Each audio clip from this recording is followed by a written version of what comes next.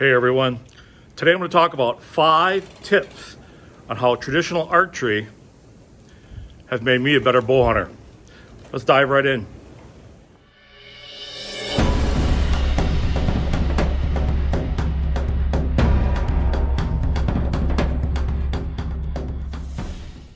So it's 20 degrees here in Wisconsin. We've got about 25-mile-an-hour winds. I jumped into this old shed here just to get out of the wind, so maybe you guys can hear me a little bit better. Anyways, let's get right into the bow that I got here on my shoulder. It is a Southwest Archery Ghost longbow, fairly inexpensive bow that I picked up a couple of years ago. It's got the longbow tips, okay, so it doesn't have the recurve tips. It's got the longbow tips. And I'll tell you one thing, shooting traditional archery for me has been a blast. It's actually got me a little closer to what I'd call nature bow hunting the way it was years ago. And what I want to talk about now, though, is how this guy, shooting 2 years of traditional archery, has made me a way better bow hunter. So the first thing on the list is that the bow is your mentor. And what I mean by that is you can't get away with making mistakes like maybe you can from a form perspective with a compound bow.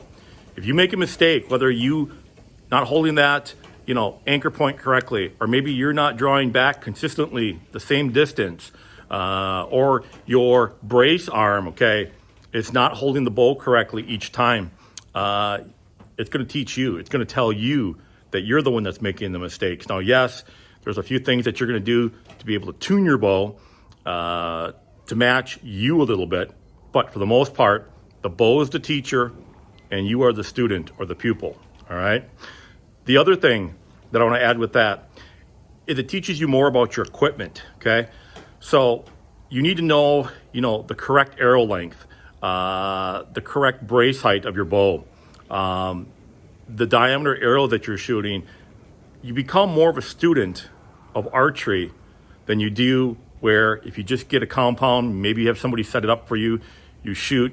You really don't know when things start to go wrong, maybe from a compound perspective, as much. And I know there's a lot of guys out there that know their compound bow up and down, and I'm not saying so much for you folks out there. But with this guy here, I find that most people who are in the traditional archery, they really get to know their bow. They really get to know their arrows, their broadheads, their field tips, the whole 9 yards in regards to that, all right? So from that perspective, the bow is your mentor, and you are just a pupil.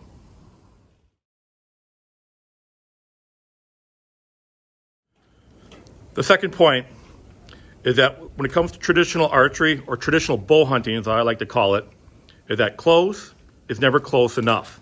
And what I mean by that is when you start to scout in the springtime or summertime, and you have that understanding that you want to get a deer with traditional archery, you start to look at your setups differently.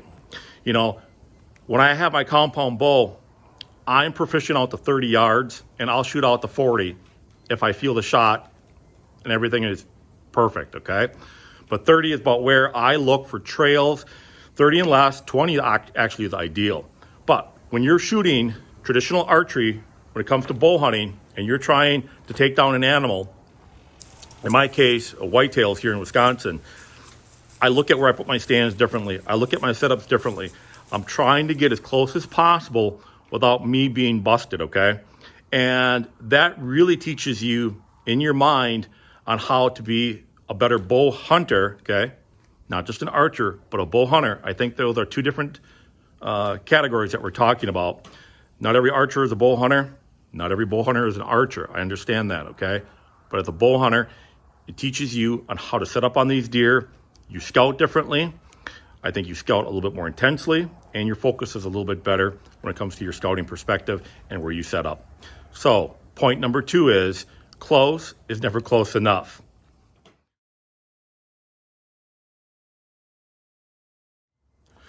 So the third tip is traditional archery actually hits the proper strength training muscles in your shoulder and in your core and in your brace arm. What I mean by that is, let's go back to tip number 1 actually real quick, is that the bow and the arrows teach you proper form, okay? And eventually, you might shoot and shoot and shoot, and you make some mistakes, and eventually you're going to work those out the more you shoot and get proper form. Well, while you're doing that, you're also teaching your body the correct muscles to utilize, tendons and ligaments, in your archery shot cycle, okay? Where if you use a compound bow, not saying that you guys use compounds, I use a compound as well, that you got bad form, but because the compound bow is more forgiving, that can maybe put a little more tension or create a little more issue in that shoulder joint, all right?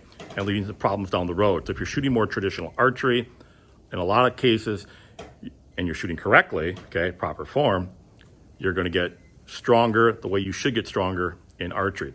One little quick point in that.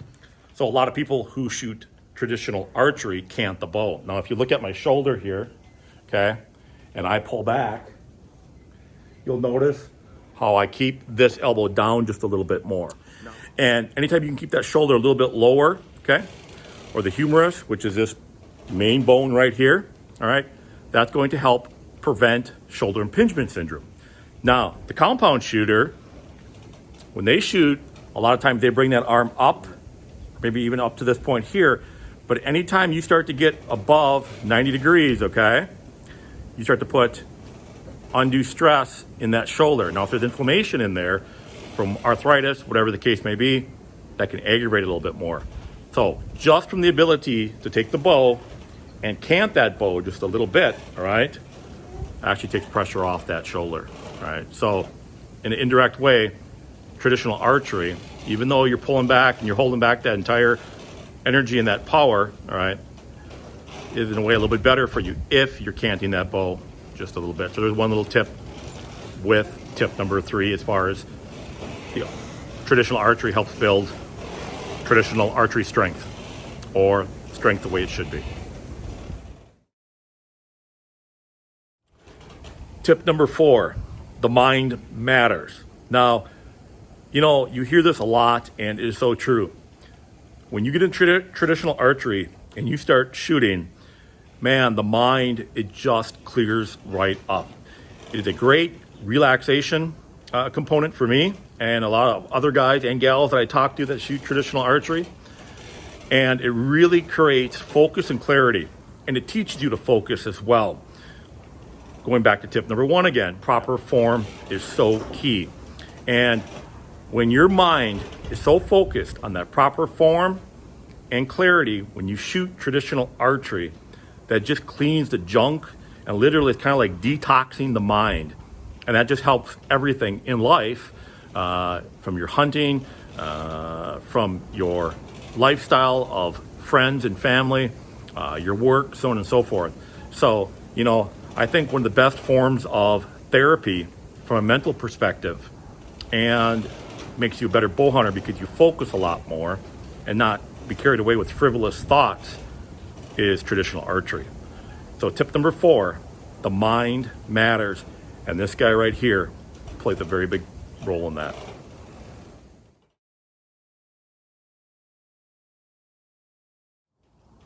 The 5th tip, which I think is maybe the most important tip, is it teaches you limitations and how to be real with yourself. And what I mean by that is because traditional archery, you can't shoot as far as the compound or crossbow hunter, right? And, you know, I know for me personally, 15 yards is about where I want a deer in range or less. 20 yards is my max. I won't shoot any further than 20. Now, there's some great traditional hunters out there, especially the guys and gals out west that can really shoot that traditional archery maybe out a long ways. But for me in the whitetail woods here in Wisconsin, you know, 15 yards is about where I want my deer. And because of those limitations, it's taught me to be real with myself. It's also taught me to be real with my shot process and the learning process that I've had in trying to become proficient with traditional archery.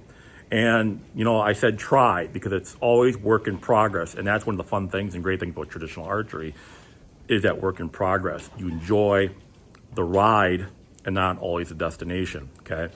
But it's taught me to be humble.